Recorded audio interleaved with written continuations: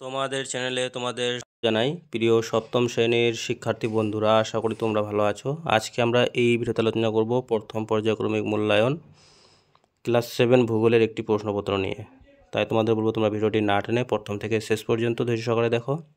তো দেখো, একের দাগে কী বলা আছে, সঠিক উত্তরটি বেছে নিয়ে লেখো। 4টি প্রশ্ন আছে। 4 নাম্বার প্রথম প্রশ্ন, পৃথিবীর কোনো বস্তুর মুক্তিবেগের মান হলো প্রতি সেকেন্ডে। তো সঠিক উত্তর হয়ে যাবে তোমাদের সি নাম্বারটা, এখানে 11.2 কিমি।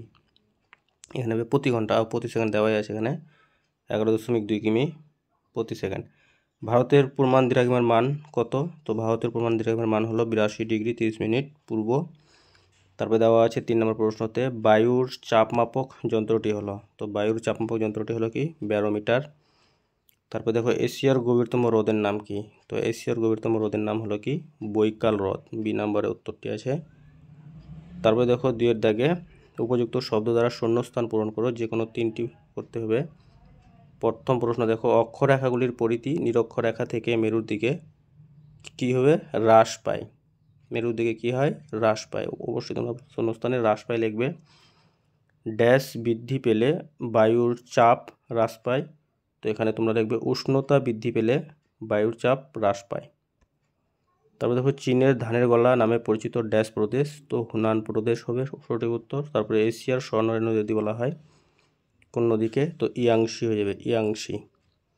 তারপরে 3 দাগে নিচের প্রশ্নগুলির এক কথায় উত্তর দাও, যে কোনো 3টি প্রশ্নের উত্তর দিতে হবে। পৃথিবীর মকর সংক্রান্তি সংঘটিত হয় কোন তারিখে? তো সঠিক উত্তর 22 ডিসেম্বর। মূল মধ্যরেখাটি কোন শহরের ওপর দিয়ে কল্পিত হয়েছে? গ্রিনিচ শহরের ওপর দিয়ে। বায়ুর চাপমাপক যন্ত্র ব্যারোমিটার। বিশ্বের বৃহত্তম সামুদ্রিক খনিজ তৈলখানি কোথায় অবস্থিত? তো এটা হয়ে যাবে সৌদি আরবের সাফানিয়াতে অবস্থিত। তারপর দেখো, অধিবর্ষ কি? তারপরে অনুসুর কাকে বলে? সমচাপ রেখা কাকে বলে? ওপেক কি? তারপরে দেওয়া আছে নিচের প্রশ্নগুলির সংক্ষিপ্ত ব্যাখ্যামূলক উত্তর লেখো, যে কোনো 2টি প্রশ্নের উত্তর করতে হবে। ঠিক আছে। 2025 সাল অধিবর্ষণ নয়, কারণ উল্লেখ করো। বায়ুর চাপের পার্থক্যের 3টি কারণ লেখো। এশিয়ার উত্তরবাহিনী নদীগুলিতে বছরে 2 বার বন্যা হয় কেন? 6 দাগে যে কোনো 2টি প্রশ্ন উত্তর দাও। 10 নম্বর আছে এখানেও। অক্ষরেখা দ্রাঘিমা রেখার মধ্যে পার্থক্য লেখো। এশিয়ার ভূমধ্যসাগরীয় জলবায়ু অঞ্চলের অবস্থান বৈশিষ্ট্য স্বাভাবিক উদ্ভিদ সম্পর্কে লেখো। টোকিও ইয়োকোহামা অঞ্চলের অর্থনৈতিক সমৃদ্ধির কারণ লেখো। তো প্রিয় সপ্তম শ্রেণীর শিক্ষার্থী বন্ধুরা, ভিডিওটি ছিল এই পর্যন্তই। ধন্যবাদ।